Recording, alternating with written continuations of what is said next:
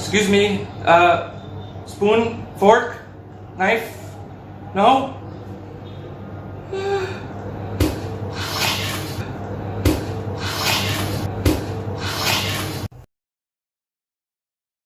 Macam-macam lauk pauk nasi Padang. Hey there. Subscribe to my channel. And also press this bell icon.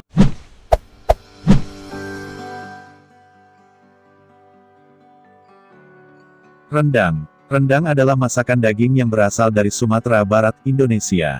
Karena Padang adalah ibu kota Sumatera Barat, maka orang menyebutnya dengan rendang Padang, dan paket hidangannya menjadi nasi Padang. Masakan ini dihasilkan dari proses memasak suhu rendah dalam waktu lama menggunakan aneka rempah-rempah dan santan. Proses memasaknya memakan waktu berjam-jam, biasanya sekitar 4 jam, hingga yang tinggal hanyalah potongan daging berwarna hitam pekat dan dedak. Dalam suhu ruangan, rendang dapat bertahan hingga berminggu-minggu. Rendang dapat dijumpai di rumah makan Padang di seluruh dunia. Pada 2011, rendang dinobatkan sebagai hidangan yang menduduki peringkat pertama daftar World's 50 Most Delicious Food, 50 hidangan terlezat dunia, versi CNN International. Pada 2018, rendang secara resmi ditetapkan sebagai salah satu dari 5 hidangan nasional Indonesia.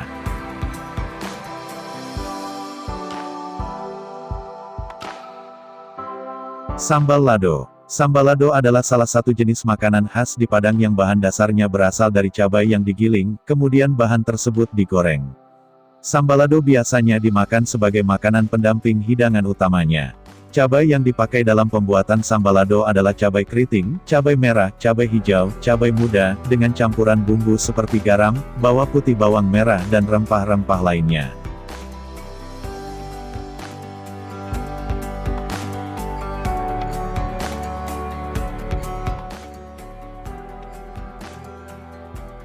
Gulai jengkol. Jengkol atau jering adalah tumbuhan khas di wilayah Asia Tenggara. Bijinya digemari di Malaysia, Myanmar, dan Thailand. Masyarakat Indonesia mengenalnya sebagai bahan pangan. Jengkol termasuk suku polong-polongan. Buahnya berupa polong dan bentuknya gepeng berbelit membentuk spiral, berwarna lembayung tua. Jengkol mempunyai bau yang susah dihilangkan. Gulai jengkol adalah jengkol yang sudah tua yang diolah dalam kuah bumbu rempah yang bercita rasa gurih. Ciri khas gulai adalah bumbunya yang kaya rempah antara lain kunyit, ketumbar, lada, lengkuas, jahe, cabai merah, bawang putih, adas pala, serai, kayu manis dan jintan yang dihaluskan, dicampur, kemudian dimasak dalam santan. Masakan ini yang memiliki ciri khas berwarna kuning karena pengaruh sari kunyit.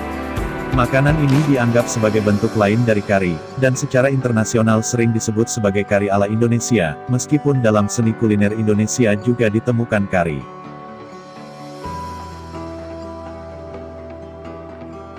Gulai cincang. Cincang daging masakan Padang adalah salah satu menu yang wajib ada di rumah-rumah makan Padang. Olahan daging sapi yang dipotong-potong, cincang, kecil-kecil kemudian dijadikan gulai yang tentu saja nikmat. Tapi jangan terlalu sering makan cincang daging Padang ini, karena bisa meningkatkan kolesterol.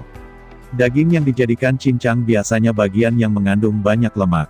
Selain daging sapi, biasanya ada juga yang menggunakan daging kambing sebagai bahan utama gulai cincang daging Padang ini.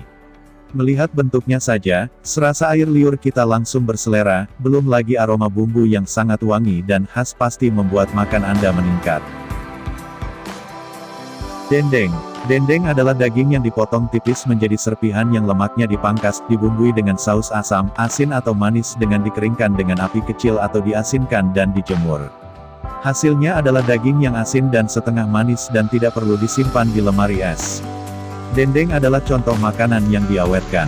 Resep dendeng biasanya menggunakan satu jenis daging saja, yaitu daging sapi. Namun dendeng dapat dibuat dari daging lainnya seperti kambing atau kerbau.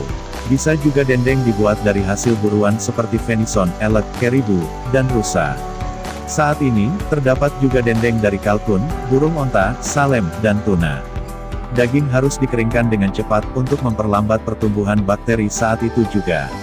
Untuk melakukannya, daging dipotong tipis, atau ditekan sampai tipis.